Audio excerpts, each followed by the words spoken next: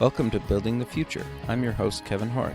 You can check out new episodes of the show every Tuesday and Thursday at 2 p.m. If you missed an episode or want to get more information about the show, please visit buildingthefutureshow.com.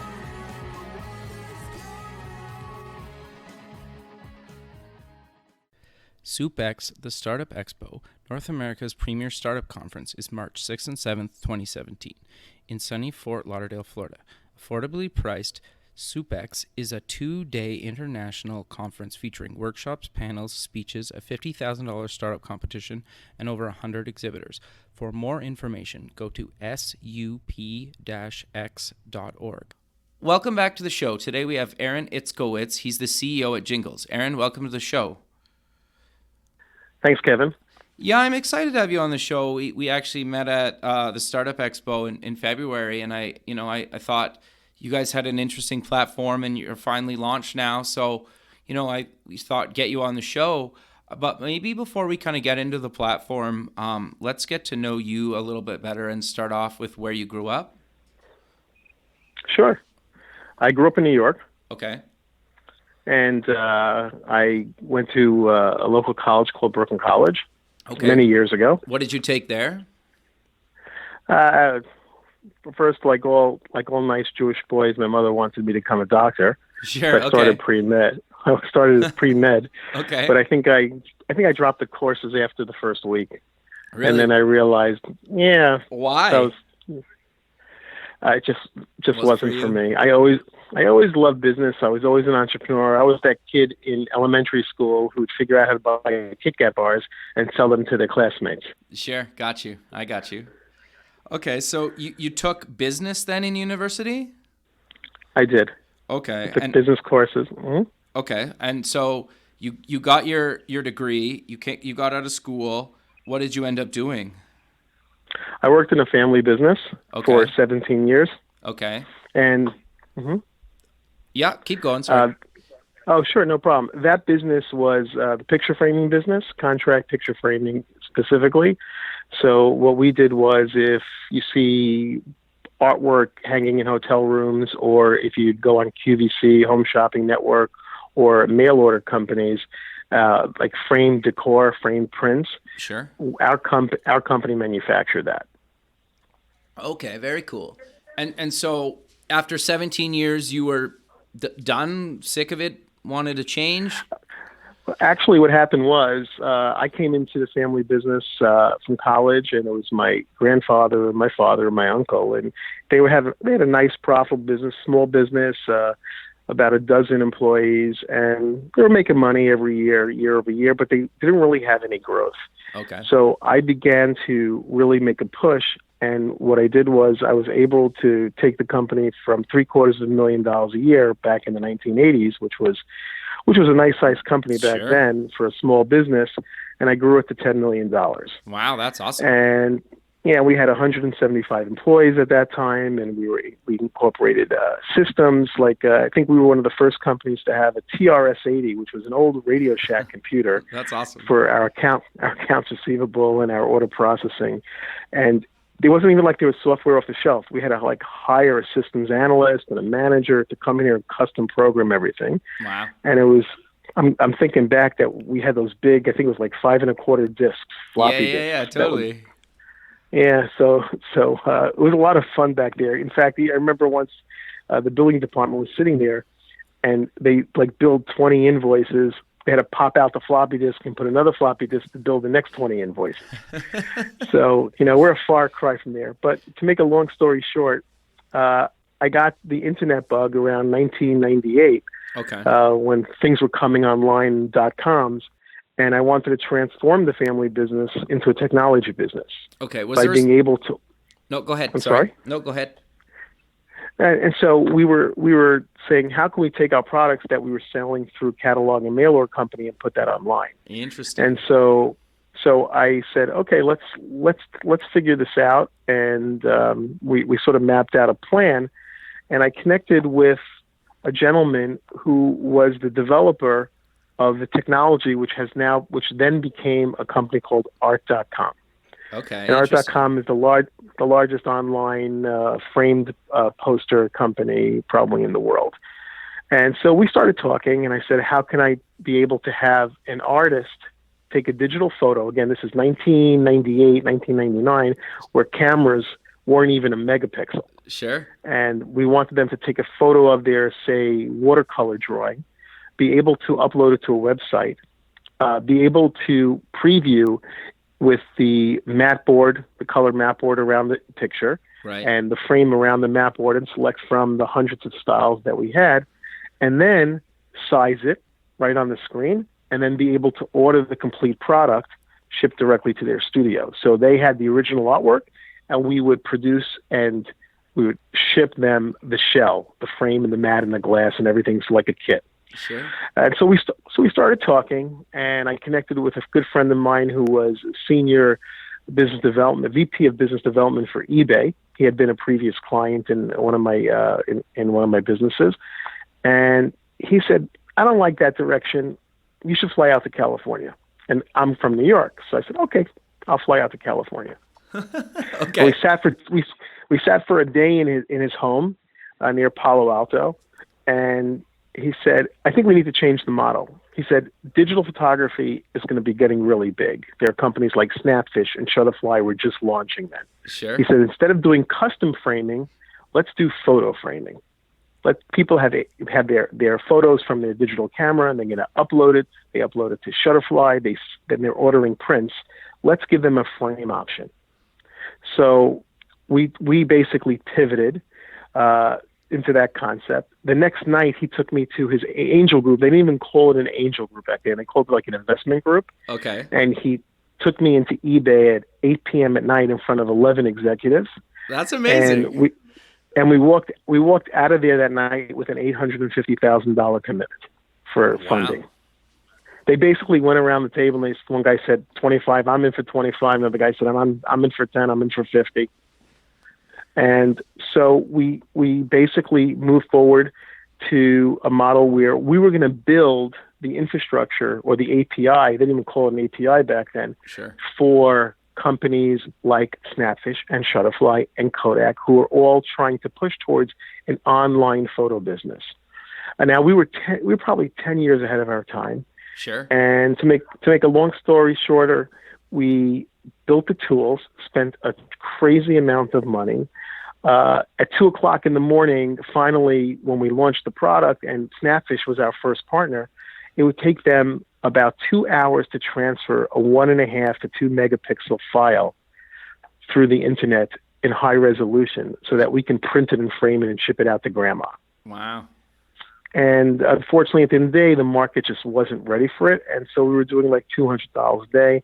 And the beautiful .com that we thought was going to be gangbusters became, a .bomb. Okay. So in that time period, by the way, I made the leap from going from the family business, because my dad didn't know much about technology other than checking his stocks on AOL.com. So he didn't really want to put any money, invest any time in the business. So I actually branched out, and I learned a lot about technology and how to use it in business during that very expensive educational time for me in my life. Sure, but it was you learned tons, right? And you, like you said, you had a blast. I did. So I did. So after that, what happened was, now it's 2001, and I get a call from Hewlett Packard. Okay. And Hewlett Packard had heard about me because we had press, we were on TV with our product. Our company was called photoframes.com, and we were written up in magazines. So we had really good press. And they said, "We want to launch a product that's based off our new large format printers." And they, I don't know if you go into FedEx office, or you go into Office Depot print, and you see large format printers that print 24 by 36. Back then, it wasn't mainstream. Okay. And they were trying to prove the model to the printers to buy their machines. Interesting. And they were having a rough time doing it. So they wanted to build an online model where people can order posters on demand and have it shipped to them. Okay. And so they had found me out and thought I was the industry expert. So they contracted me as a consultant for 6 months, and we built and launched a product with their partner called Excited Home. Excited Home is no longer in business, but it was huge. They had I think, a database of thousands and thousands of museum poster images. And so we built a system, a website where a consumer can go online, pick a Van Gogh poster from whichever museum, place the order with a black frame around it, and they would get their printed poster in a frame shipped to them within, a week. That's cool. Yeah. And so basically the rest of my path has been in consulting and startup businesses through the period until 2 years ago when my 18-year-old son, my then 18-year-old son, was sitting on the couch one day and he's watching the Super Bowl. And I see, what's the one time a year that everybody watches TV commercials? Sure. Is the Super Bowl. Of course, so yeah. I see... Some people even watch the Super Bowl for the commercials. You're absolutely correct, and there are websites about that too. Sure. So Yosef's sitting on the couch. My son Yosef is sitting on the couch, and I see him tweeting, texting, Facebook messaging. I said, "What are you doing?" He said, "Well, I'm on a chat with about 22 of my friends, and they all want to know which commercials I like." Okay. So I'm telling him which commercials I like, and then he says to me, "Pop, how much is CBS getting for that commercial from GoDaddy?" And there was a 30-second commercial. It was 2 years ago. And I said to him, I think they're getting $4 million. And back by coincidentally, this year, it's up to $5 million for a 30-second spot. Wow. So he says, well, I just told 22 of my friends that they should check out GoDaddy.com and they should buy themselves domain names. So I want GoDaddy to send me a check for $1 a piece for a referral, like an affiliate. And so something snapped, and a little light, flashed, a little light bulb went off. And we started to come up with the concept, say, how do we validate to advertisers that consumers are watching their commercials, are engaging in their commercials? How do they measure the return on investment on watching a TV commercial? Because if anybody's ever sitting on a couch watching their primetime show, and all of a sudden, if they're not DVRing it, and they're sitting on the couch and they're not going to the kitchen for a snack, or if they're not going to the bathroom for a break during the commercial break, the networks are showing between 12 and 18 commercials in a commercial break. And the first one could be for pizza, second one could be for a car company, third company could be for Viagra. Sure. And they don't really know who's sitting on the couch at that particular time. Very much so, yeah. So we said with mobile and with a camera, we know who's sitting on the couch. Okay, interesting. We can identify who the demographic profile is of our audience. We can marry the advertiser, the consumer, and we can create an action so the consumer likes what they've seen. They can click somewhere, and it can go back to the advertiser as a return on their investment. Okay, very cool. So, and that's how Jinglz was born. Okay, interesting. So, did you obviously, you had to build the platform out? Did you self-fund it? Did you raise some money? Or walk me through kind of the early stages of saying, okay, your son's on the couch and now you had to build this thing. Sure. So what we did was we actually partnered with a company out of Miami Beach called Rocker Labs. They're called a co-builder. Yep. And what they do is you, as an entrepreneur, you want to pitch your idea. So you pitch your idea and they decide if it's something that's worthwhile they want to spend time with you on. And when they do, we spent approximately 4 months with them. Okay. Doing some strategy, doing some investigating on the marketplace, on really understanding if there's an opportunity here, even before we decided we were going to launch the business. Okay. And so we did a lot of that, and we basically vetted the idea and mitigated the risk and decided it was worthwhile moving forward. And once we did that, we raised some funds from family and friends. Okay. Also got in some loans, and we started to build out the MVP, the minimum viable product. Okay. And so it took us from the time we pitched the idea the first day till we actually started mapping out the app and the platform and the UI and the UX and everything else. I want to say close to 15 months. Oh, wow. Yeah, because it wasn't an easy time to raise capital for concept. Sure. So and this was not an inexpensive product to build. Okay. And it's still not an inexpensive product to maintain. So we raised some decent money, and we started the process. Okay. And so you guys recently launched. When was that exactly that you guys launched? We soft launched in the middle of May, Okay. and so we just uploaded it. We're on the App Store for iOS Okay. for Apple. Yeah. We're mapping out an Android version right now, Okay. and the first few months was pretty much my son's network of friends at university, Okay. testing it, friends and family. And only recently, in the last couple of weeks, have we started to market the product. Okay. This way we had time to tweak it, and understand what the audience habits were and so forth. Sure. So are you still working with Rocker Labs then, or you guys kind of on your own now, or how does that relationship work? We're still a partner with Rocker. They own a piece of our company. It's part of sort of their business model. Right. And we're also branching out a little bit and working with other developers Okay. to build new features and so forth. Okay. So, But go ahead. Sorry. no, but Rocker doesn't run the business. Rocker's really more of a support. So, if we need let's say we need some, marketing support. If I contact them and I need to tap into their resources, they're a great resource. But if I can do marketing on my own or any other social media and so forth, we don't need to work with Rocker as it relates to those requirements. Sure. No, that makes sense. Do you have a release date when Android's coming out, or is it still too early to tell? We hope that, what's today? Today is November 3rd. We're hoping that we will have the Android app before the holidays. Oh, okay. Wow. So pretty quick here. Yes. Okay. Yes. Okay. So you kind of covered exactly, you covered quickly what kind of Jinglz is, but so I watch these ads based on my interests, then kind of what happens. So let me just take a step back for a second, Kevin. Sure. So the biggest pain facing advertisers today is, are people really watching those little annoying mobile video ads that pop up on YouTube before you see your content? Sure.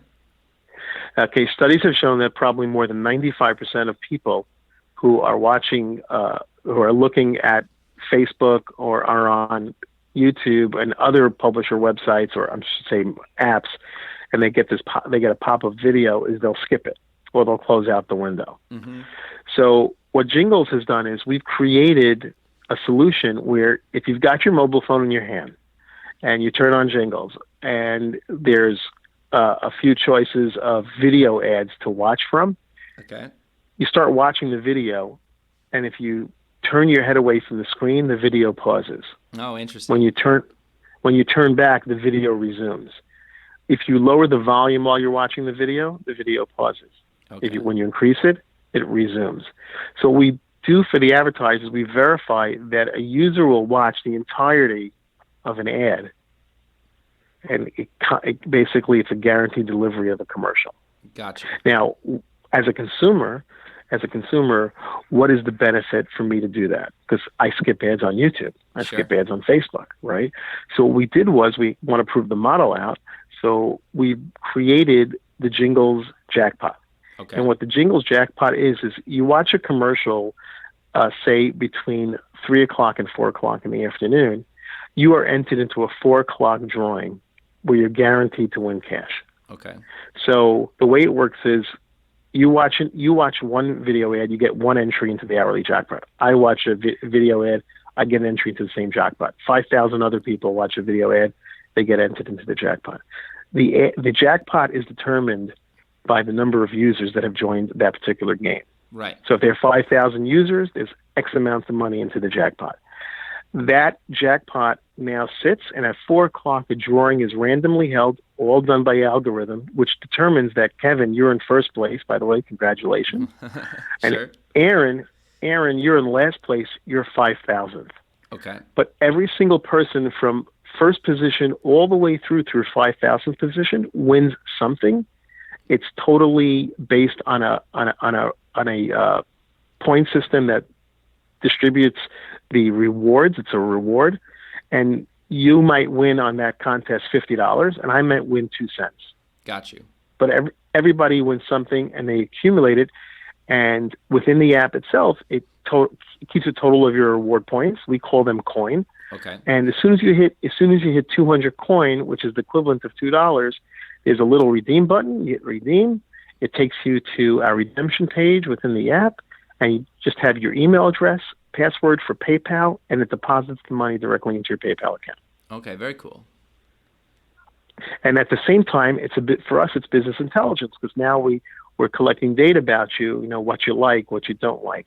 Ultimately, future features will be when you go to cash out, we'll say, hey, Kevin, Pepsi or Coke? Sure. Jif or Skippy? Right. And you'll answer, and we'll collect that data, and then the advertisers will be able to target their audiences based on the audience providing their own demographic details about themselves. Right. Okay. No, that makes sense. And that's Jinglz in a nutshell. Sure. So the money that you guys are getting to pay people, where's that coming from? So ultimately, advertisers will pay us to show you their ad. Sure. And from that advertising revenue, we are contributing a certain amount of money to the contests. Got you. Okay. Yeah, and that makes sense. Yeah. And then you're giving them potentially or selling back to them like intelligence based on like a target demographic, and then they can make, changes to their ads, or they can make new ads based on, that business intelligence and data, right? Absolutely. So let's say you were a political candidate, okay, and you wanted to target 20 different audiences. In theory, you can create 20 different creative messages. Right. And then upload it to Jinglz, and then, have it played to this particular ad gets played to this particular demographic, and that ad is that demographic. So, you can really, really ultimately, as we grow the audience and we have a sizable audience, it really becomes almost a portal for advertisers to connect with consumers. Sure. It's almost like A/B testing for them, right? Like it's more than, right? It's A/B testing for their ads, kind of, and focus grouping. They can do that too, but let's say they want to target a message for women between the ages of 25 and 32 that are married with one child. Sure. Right. So they can test that and see how that performs. And then they want to do the same thing to 25, 32 with single women and see how that performs. But they can tweak their advertisements. And what they can do is this can really help save a lot of money too, because one of the most expensive commercials in history of Super Bowl was this past year was a toe fungal a cream commercial. Okay. They said it was the worst commercial ever. And the company spent $2 million to create the ad. Wow. And they spent $10 million for two 30-second commercial spots. Wow. Now, had we been available to them and we had a sizable audience back then, they could have come to us and said, hey, guys, we want to see how this test performs. So they could have said, we want to target 5,000 jinglers. Sure. And they could have filmed the whole thing on an iPhone or an Android, uploaded it, tested the audience. We could have sent out a survey, and we could have, obviously we would have, the audience would opt in because they'd get some kind of benefit for providing survey answers. Totally. So everybody, and then they could have tested their commercial. And not spend 12 mil? Well, they could have probably spent, we might have charged them, let's say $5 a consumer for that. They could have spent 25 grand. Okay. And maybe they would have repositioned their commercial to have a different message. Got you. Yeah, that makes sense. Yeah, very cool. Yeah, right. Like, and then they could have maybe spent that 12 million and had a successful campaign, right? Oh, absolutely. Without a question. That's very cool. So I guess I'm curious. You're rolling out an Android version. You're rolling out kind of a bunch of stuff, but you kind of mentioned to me that you guys are looking to raise a little bit more money to obviously build out the platform more. What did you kind of have in mind for kind of future features that you're looking to add within the next 6 to 12 months? Okay. So one of the features that we're looking to build out is be able to capture emotion of the users. Interesting. From their camera? from their camera. And again, the camera is only in use when the Jinglz app is open. Gotcha. So, and users always benefit as well. So we're not Big Brother watching, there's nothing to worry about. It's really specific to our ability to pause a video or pause the audio, know that you're actually engaged in the advertisement. And the same thing in motion. So let's say Coca-Cola is playing, the concept is, let's say Coca-Cola is playing the commercial to you, and within 12 seconds into the ad, there was something that made you laugh. Okay. While you're watching the ad. We capture that emotion. Gotcha. Or something made you cry. We capture that emotion. So now, Coca-Cola, their marketing could measure all that data from a large audience population. And then they could decide how they want to move forward with creating ads in the future. Another feature, again, everything that we want to do is we want it to be a win-win for everyone. It has to be a win-win for the advertiser. It has to be a win-win for the consumer. So for the consumer, there might be offers. So for example, let's say you've accumulated $10 worth of rewards, and we're showing you an advertisement from Nordstrom's Sure. or Macy's. And Nordstrom's and Macy's are smart in using the Jinglz platform, and instead of showing you a commercial or a video ad that's just a generic ad, they might be targeting women and a particular color of a new lipstick. Okay. So they'll have the ad, the consumer will watch the ad, the jingler will watch the ad, get entered into the contest, and then they'll land on Macy's product page. Okay. And that product page will be for that product that the ad just showed. And then the consumer, the user will be able to purchase that product with their Jinglz rewards. Oh, interesting. That makes sense. Yeah, so we're gonna expand out to the redemption, so you can put cash in your bank account through PayPal. You can buy products. We want to add a charity button, so as you accumulate rewards, you might want to just donate the money to a charity of your choice that you define, and then also share rewards within the Jinglz community with your friends. That makes sense. Like you could send them a gift almost. Exactly. And then you can buy gift cards through the app and so forth. So it's a combination of rewards and being able to purchase products, services, whatever. Sure. Through the app. Sure. That makes sense. And we kind of mentioned earlier that you guys are looking to raise a round. How soon are you guys looking to raise a round? And kind of, you don't have to give me a number value, but just maybe if anybody's interested in maybe talking to you guys about maybe making an investment, do you want to just mention quickly kind of roughly what you guys are looking for, some VC capital or what you're looking for? Sure. So we're actually a little bit of a hybrid because we've been going out for a big number, but it's really based on proof of concept and then rolling out and expanding the model, because this is a numbers game. We're in the opportunity of an exponential market, meaning I already know how to acquire users, and I know how much it's going to cost me to acquire users. Got you. So if I want a million users in the platform, it's going to cost me millions of dollars to acquire those users. Okay. Just like Snapchat, when Snapchat is raising, $500 million, they're not using that money for their employees to go on vacation. Sure. They're using it for marketing and expansion.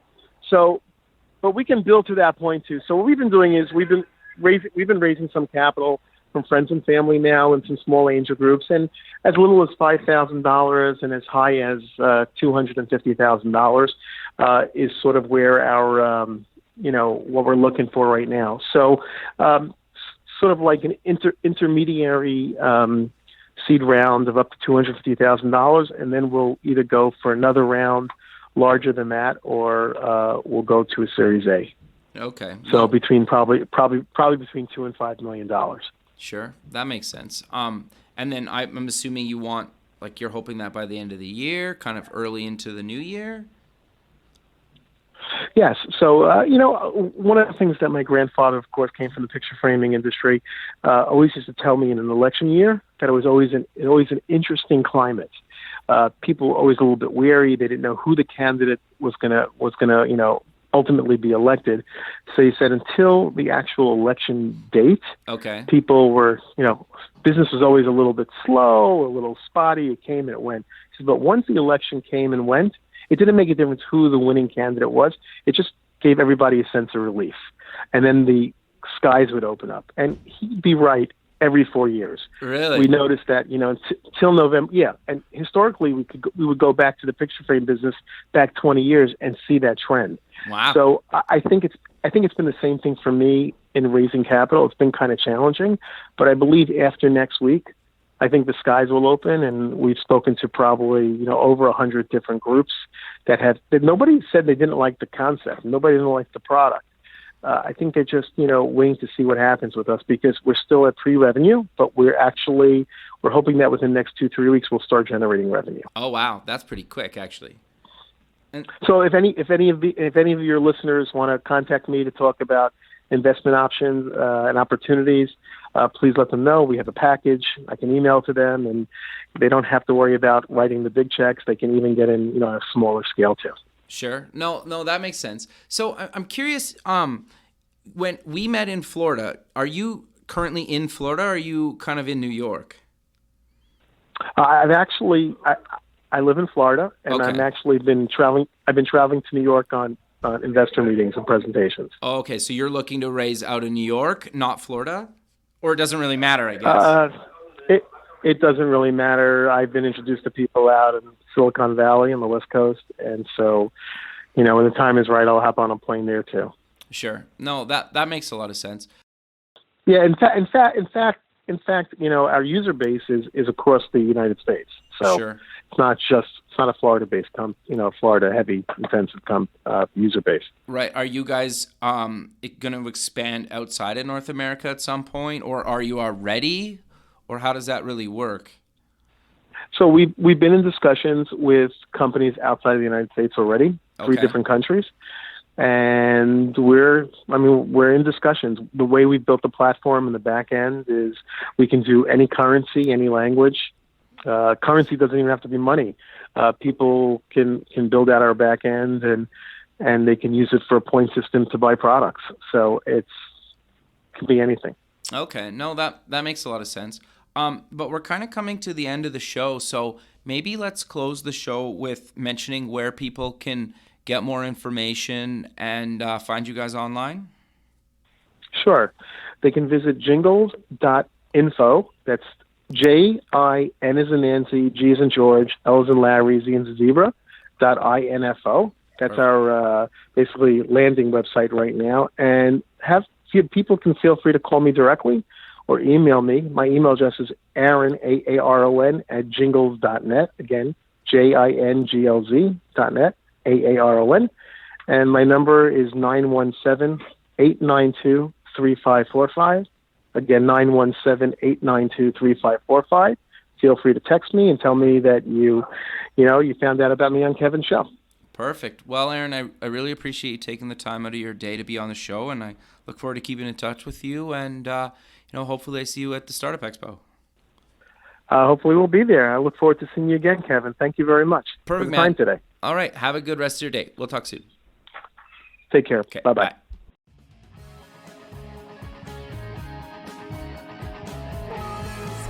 Thanks for listening. The music for the show is done by Electric Mantra. You can check them out at electricmantra.com and keep building the future.